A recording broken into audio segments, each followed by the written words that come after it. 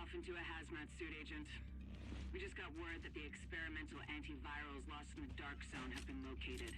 There's no time to wait. You and a team need to go secure them right now, or someone else will. Come on, move it! We don't have much. What's up, guys? OD here, and today we are going to be talking about survival on The Division. Now, I've been playing The Division for a while now, checking out here and there, seeing about all the little bug fixes, but I haven't been streaming it just because there was still a lot of issues and a lot of fixes that need to be made. But with 1.5 release, they fixed a lot of those problems. The game is absolutely amazing. I've been completely obsessed, non-stop playing it. I think I've logged like 300 hours in a month. Just ridiculous. It's a lot of fun, and the one of the funnest things that they brought to this game is survival. And today we're going to be talking about this, how to win survival. So what is survival? Survival is a whole new game mode where you're on the exact same map, however it's completely different. It's more arena based, and you have to achieve this goal and get out of there alive in a specific amount of time. Now, when you start out the game, the mission is you're going into the Dark Zone to retrieve antivirals that is part of solving the mystery to the virus, along with how to cure the virus.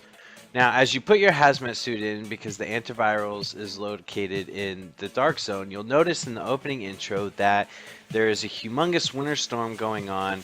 You jump in your chopper with a bunch of other agents, you take off, and the winter storm is so incredible that it ends up ripping off a billboard, crashing your chopper, and leaving you infected with a disease. That disease adds a time limit. That time limit limits the amount of time you get to spend in the survival arena. Okay, so let's talk about survival. So when you start out in survival in your safe house, you'll have two pieces of gear. You'll have painkillers and you'll have fabric.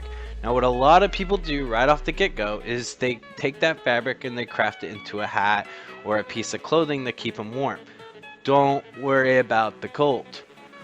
If you look on your map, everywhere you go, you'll always find a barrel or a building that you can go into to warm up. It's really not that hard. So the cold is not your biggest worry. Your biggest worry is suppressing your disease and finding gear. Now, it's going to take you some time. You're going to have to play it over and over and over again until you figure out where all those loot areas are.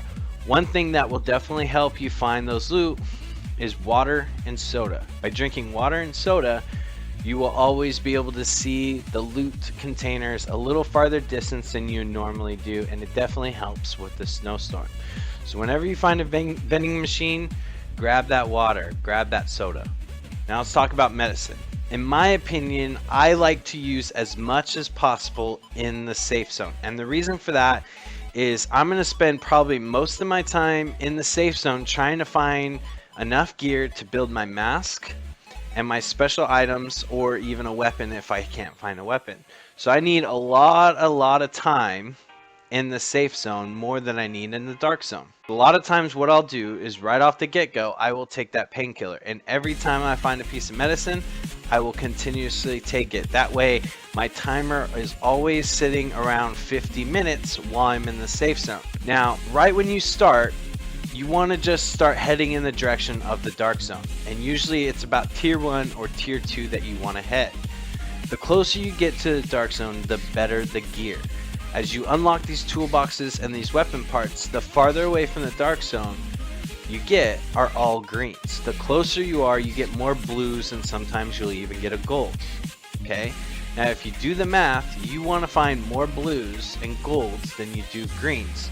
The reason, obviously, is because you have to turn these greens into blues. And if you remember, it takes 3 greens for 1 blue. Add that up, it's a lot of things you got to find on the outer edge. Whereas if you just made your way into the center or closer in the outer edge of the dark zone, you'll find more blues. Finding your gear, finding your supplies, a lot of that can be extremely irritating. Learning the map or knowing where everything is a huge key in the success of survival. As much as I've played this, and I will admit at the beginning I lost a lot, I've learned little areas and streets that are really good for supplies. So as you make your way to the dark zone, like I said, find as much as you can and collect everything. You want to literally collect as much as you can before you get into the dark zone, because you are going to need it all to craft better gear. There are a lot of videos out there where you can actually defeat the hunters really fast and really easy. However, you are risking it every single time because there are a lot of AI, there's a lot of roaming AI that will kill you that are a lot more powerful than the hunters. So the hunters are not your greatest concern. It is more the AI. So it brings me to my next point. Do not engage unless you absolutely have to. If you see two guys, you never know if there's another two guys around the corner. Remember, when you start out, you have a really low gear set, and the AI around you is really high in level. So a couple shots from them and they can put you down. A lot of times, if I still have a pistol, I won't engage at all. There's always ways around. If you want to sit there and grind the safe zone as much as you can, that is another way to do it. However, I do not like to do that, because as much time that you're spending in the safe zone grinding, if someone makes it to the dark zone, they're going to grab as much division tech as they can, leaving it 10 times harder for you to survive in the dark zone. Brings me to my next point. Don't engage unless you absolutely have to when you're starting out. When you're starting out, remember, you have a very low gear level, along with you only have a pistol. Now, some of you might find a weapon right off the get-go. That's cool. But remember, the AI are a lot higher level than you are and can do a lot more damage than you are right on the get-go. Now, if you find like a machine gun or a high-powered sniper rifle and you know you could take these two guys and there's no one around, then hey, by all means, waste them. But if you look around and you see one purple and two reds and you're sitting there with a sniper rifle, chances are either you're going to blow through all your med kits, all your food, and you're going to either die or you're going to burn a lot of time trying to kill them. Again, this is just a preference. I noticed that the more engagements I get into at the get-go of the game, more times than I die than I actually do survive. So let's talk about crafting. So when you feel you have enough supplies, I always make my way to the closest safe house next to the dark zone. And the reason I do this, because if I don't have enough supplies, or if I don't feel I'm ready for the dark zone, then at least I'm close enough to the entrance. I'm getting all the high-end stuff, which you'll find closest to the perimeter of the dark zone. When you get to the safe house, there are 4 things that I always craft. First one being the filter. You need the filter to get into the dark zone, obviously. The other thing, which some people do and some people don't, is the advanced filter. Now, the advanced filter only costs you 1 piece of fabric along with 1 piece of tools. Now, a lot of people don't craft the advanced filter, and there are a lot of videos out there saying just avoid it, don't worry about it. However, I do, because it allows me to get into contaminated areas, not only in the safe zone, but in the dark zone, and that definitely gives you a step up above other players. If you're having trouble finding stuff, but you do have an advanced filter, I highly recommend getting the advanced filter and going into those contaminated areas in the safe area, because you'll get the best gear from those contaminated areas. Now, the other 2 things that I always craft are my 2 technologies, or my specialties. So I always go for a support station and either the sticky bomb or the seeker mine. If you still haven't found a weapon, but no one's reached the dark zone yet, then it's best to go out and try to find a weapon. If someone's reached the dark zone yet and you don't have a weapon, it might be best to just simply craft a weapon and head straight into the dark zone. The other thing is your gear level.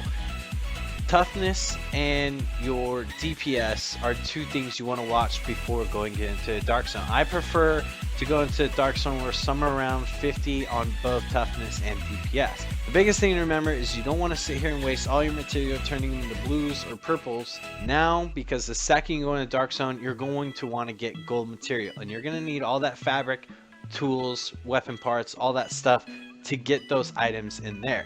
This pit stop is just to prepare you for surviving in the dark zone. The other thing I like to have, but is not essential to going into the dark zone in my opinion, is the additional medkit. Having 3 medkits is extremely helpful and increases your survivability tremendously. So it's really optional. if you want to do it or not. So now you got your gear, you got your abilities, you got your weapons. Now it's time to head to the Dark Zone. If someone has already entered the Dark Zone and you're still finding materials, don't panic, but try to get as much as you can and head to the Dark Zone as soon as you can. The reason for that is the second someone goes into the Dark Zone, they're gunning for all of the division tech. And that division tech is going to help you craft weapons. It's going to help you fill in gaps, whether it's fabric or weapon parts or tools. So division tech is very, very important. Again, it's a time game. Now, this is where a lot of people disagree and agree with me. A lot of people feel it's best to grind out the safe zone until you are 100% ready to go into the Dark Zone. That way you survive longer. However, I've tried this, and the one thing I hate is the time I get into the Dark Zone, everything is looted. There's no medicine, there's no food, everything has been picked clean. It makes it 10 times harder to sit there and get better gear and to survive longer in the Dark Zone when there is nothing left in the Dark Zone.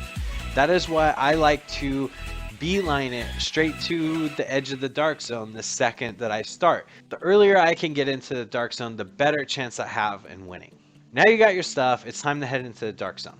There are specific areas that you can jump the fence and go into the Dark Zone. I preferably like DZO2. It has less golds, it has more red enemies, some purple enemies, it has more of a survivability, and that's what I like. I'm going in with a decent gear and I'm trying to grind and get as much loot as I can to get better gear.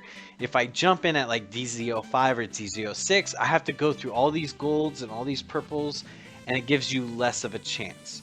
Now, when you get into the Dark Zone, the first thing you want to do is find as much division tech as you can. I have grinded DZO1 and DZO2 so many times, I know where all the division tech is, and I have a nice little routine that I go through, and I come out with somewhere around 15 or 13 division tech, depending on if I'm the first or the second person to make it in. A lot of that division tech is going to be found in the contaminated area. If you go down into the subway, there is tons of division tech down there. Just in the subway in DZ01 and 02, there are 8 pieces of division tech in that one little area. The more and more you do this, the more and more you'll find where the division tech are. Some of them are guarded by extremely heavily patrols.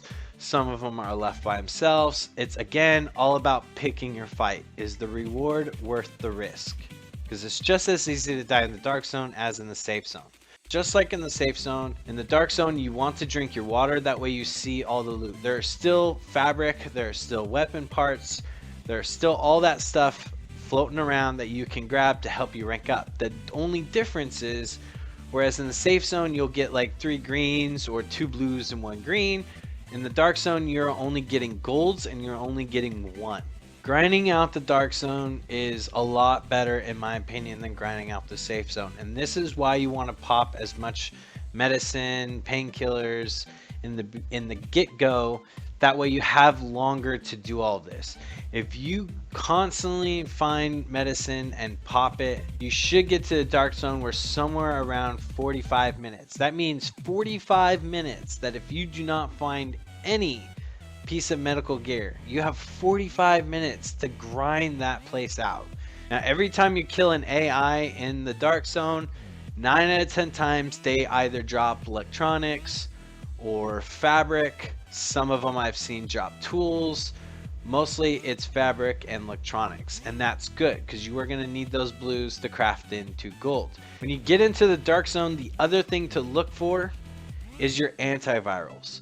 Now, your main mission in this game is to get your antivirals and get out. However, you do not need to extract with those antivirals. Now, your antivirals only actually give you 600 points. It's a lot, but again, you don't need it to extract. Remember that. The same thing with the flare gun. You don't need it to extract. You can piggyback off of someone else's extraction and still win and still get a good amount of loot. 600 XP is really not that much. You can actually make up that XP with just killing AI instead of getting your antivirals. If the antivirals are up in 05 or 06, which a lot of times it is, depending on how late you are into the dark zone, it's going to be a huge risk going up there if you're still running purple gear, or if you have a really low toughness or don't do that much DPS. It's going to be a lot harder to get it, and it might not be worth the risk. So again, is the risk worth the reward? Okay, remember, if you extract, you're still guaranteed 3 boxes of loot. Okay, so keep that in mind. Is the risk worth the reward? Now sometimes, and this is what I found, and this is another reason why I like to beeline it for the dark zone, is because if I'm the first or the second or sometimes even the third person into the dark zone, my antivirals are always going to be in 01 or 02 or even 03. Once you got your division tech, and if you decided to get your antivirals, it's time to go craft. The first thing I always craft is the flare gun. Flare gun, I believe, is worth 500 extra XP. Again, you don't need it, but at least it gives you the option to call an extraction and stay behind if you want, instead of piggybacking off someone else. Is weapons. Whether if I came in with blue or purple weapons, I still want a high-end weapon. They do a lot more DPS, and it gives you a lot more survivability, not only against the hunters, but against AI, and it allows you to grind even better and more effective in the dark zone. One thing that I like to do, and this is very up for discussion, a lot of people are differently. Some people like to craft sniper rifles, some people like to craft SMGs so they can use it with their ballistic shield. I personally like to run the M60. Now I will craft either 2 M60s or 1 M60 and a G36. The reason for that, the DPS is guaranteed to be around 60k with each one of those weapons. Now if I have 2 M60s, that means I have 200 rounds non-stop that I can put into an AI, a high-end AI, a purple AI, or even a hunter. So again, your weapon preferences is up to you. Just think, what's going to be best against high-end AI, veteran AI, or your hunters? What do you think is going to be best? Again, I like as many rounds as I can. That way I can put so many rounds into not only hunters, but the AIs that they can't heal themselves or they can't run away, that it's just an almost instant death from the RPM. Once you got your weapons, now it's for your gear. I always craft my holster first. And the reason for that is, say you have a green or a blue or even a purple holster, that holster gives you DPS, toughness, and skill. Once you've crafted your holster, then you can just simply work up the list. If you notice you get a lot more skill rolls, don't deconstruct the thing, because you spend about 3 fabrics making it and you'll only get 1, maybe 2 fabrics back. So it's just not worth it unless you have a lot of fabric. If you're limited on fabric and you have a lot of division tech, I highly suggest simply crafting everything into golds. That way you get a nice high armor level. If you have a really high skill level, really high DPS, but a really low toughness, then craft mods for your stamina and build that toughness back up. If you have a really low DPS, but a really high toughness and a really high skill, again, you can craft mods, or you can simply craft weapon mods and bring that DPS up. Again, that is why I like having the gold weapon, because the gold weapons automatically kick you to a 60 DPS right off the get-go, regardless of what your gear score is in the first place. Again, however you do this is up to you. Just remember that I personally find it extremely easy, and I survive a lot better when my toughness is at least to 100 and my DPS is around 70 and my skill power is somewhere around 60 or 70. That is my preference. Whatever you want to do is fine. I've seen people extract with maybe 40 or 50% toughness. It just makes it a lot harder, and it gives them a lot more struggle, and they put a lot more risk. If you're floating around 100 toughness, you're going to be good to go. The other thing to remember in crafting is your division tech obviously can turn into missing items. So if you need more fabric, turn that division tech into fabric.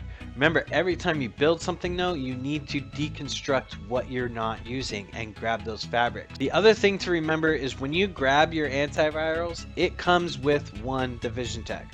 And the reason it comes with 1 division tech is it takes 1 division tech to craft your flare gun, okay? So always remember that.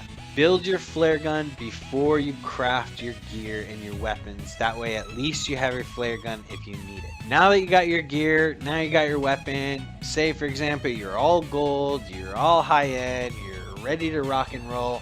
Now you need to make the decision, do I want to grind out the dark zone or do I want to extract? I personally grind out the dark zone.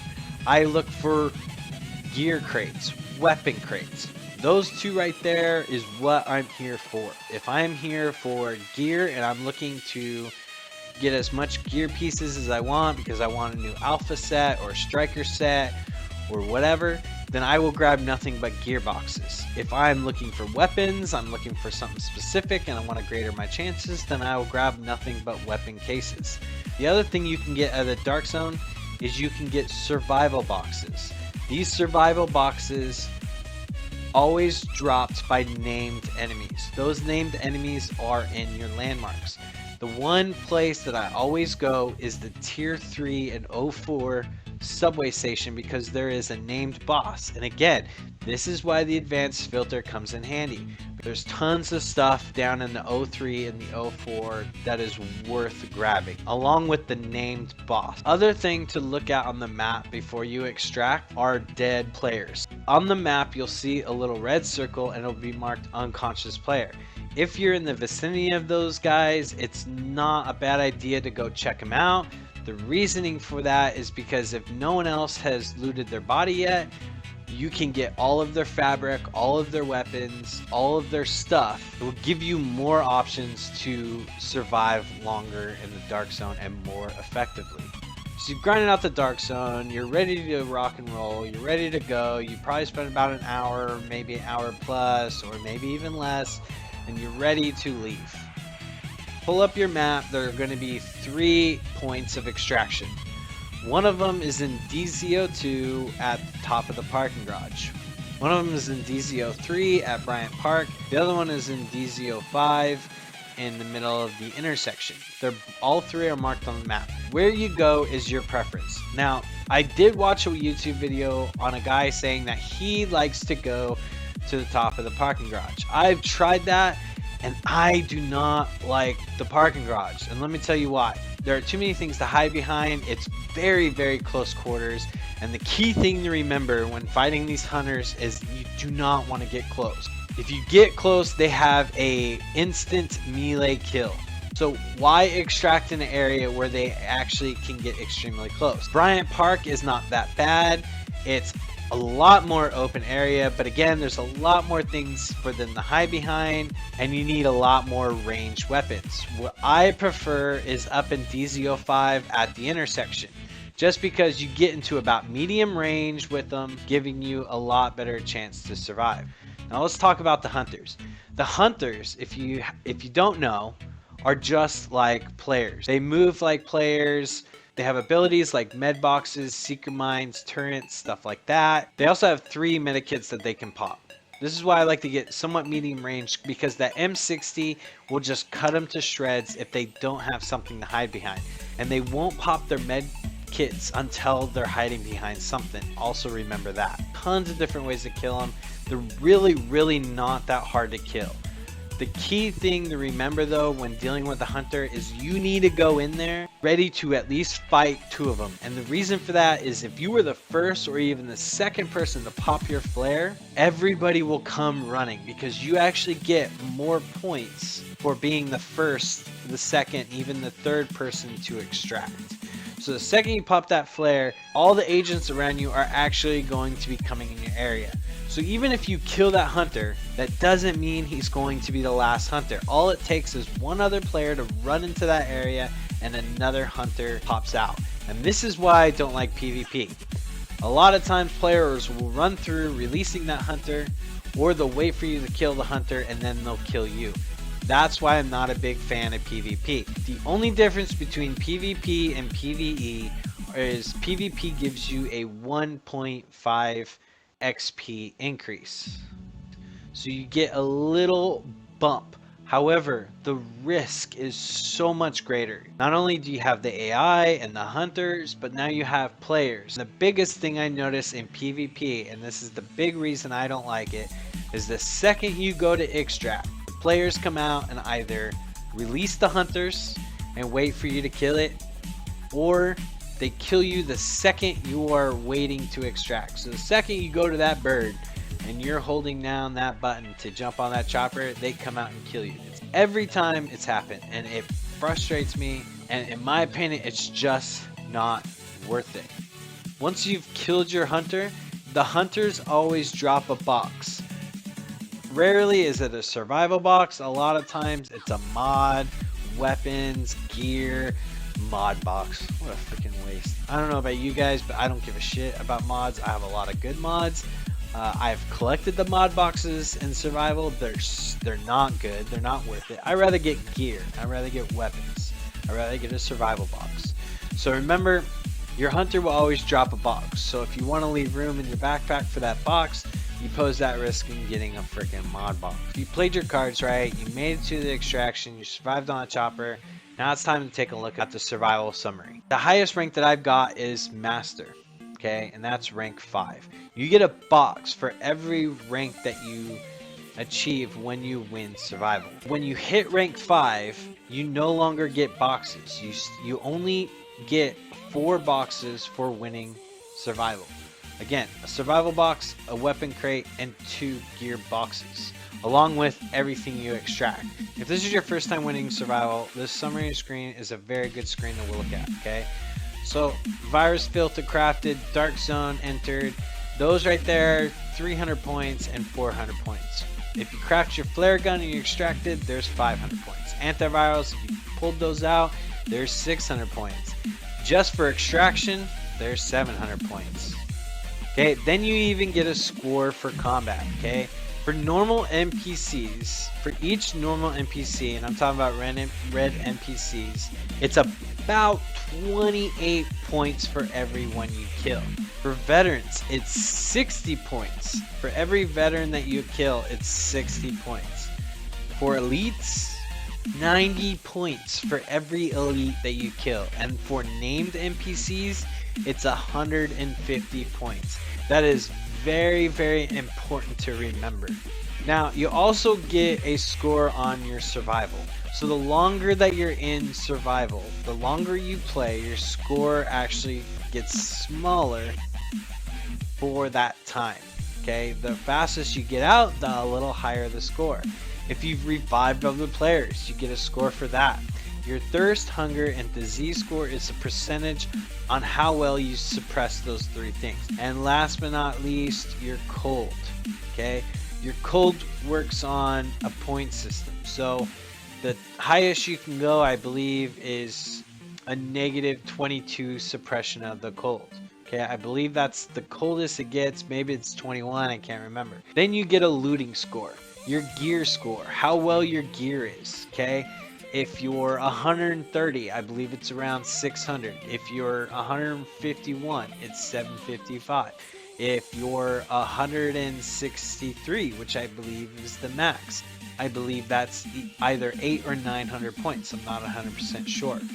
So that is a small, large percentage that can make up in something you lost. For example, if you have a high gear score, but you didn't extract your antivirals, that will make up the difference and you'll get a good amount of XP. Say you did both, you get an even higher XP. Med kits, medicine and painkillers, food, drinks. It's always good to extract with these items because they give you an actual score. 20 points for each medicine and painkiller that you extract with, 20 points for every food and drink, and 50 points for every medkit. Performance is the last thing it gives you points for. Extracted with the chopper. If you're the first person to extract or you're on the very first chopper out, 500 points, and it goes down. Second is 250, and I believe third is around 100. It's something like that, and I could probably be off.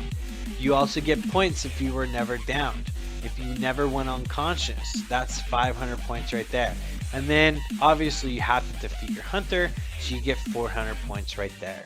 Again, this is not guaranteed, not the only way to win survival. It's just the method that I am constantly using, and I've built myself up a very nice big winning streak because of it. Hope you enjoyed the video. Make sure to hit that like button, hit that subscribe button if you haven't. There's a link in the description below of my Twitch channel where I'm streaming every week.